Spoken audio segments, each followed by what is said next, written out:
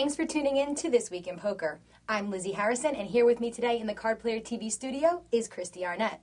I'm happy to be able to report that High Stakes Poker will be back for another season.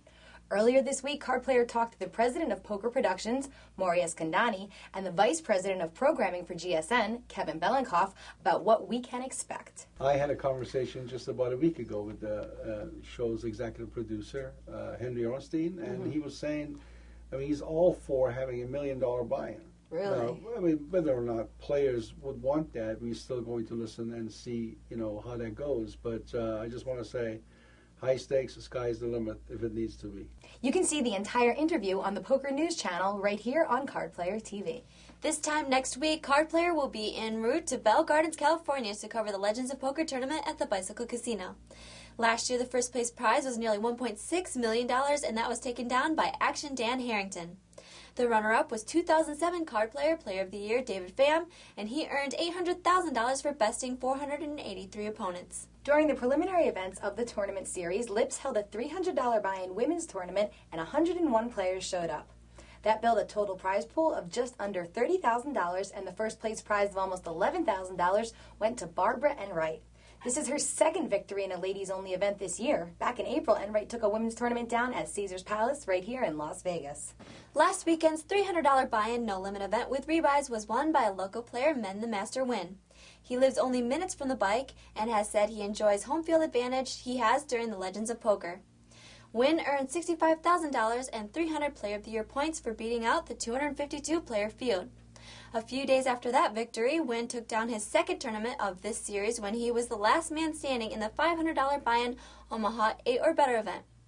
For that win, he earned only $20,000 because, even though there was a bigger buy-in, the field was much smaller with only 112 participants.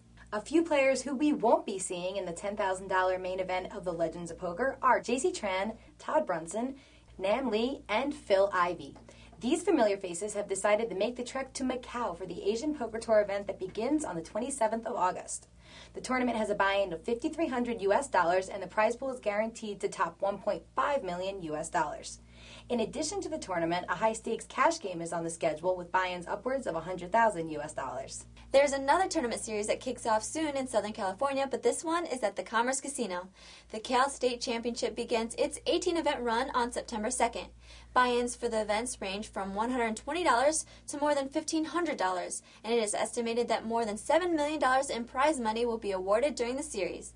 The main event begins on September 20th, and the winner will receive a minimum of $300,000.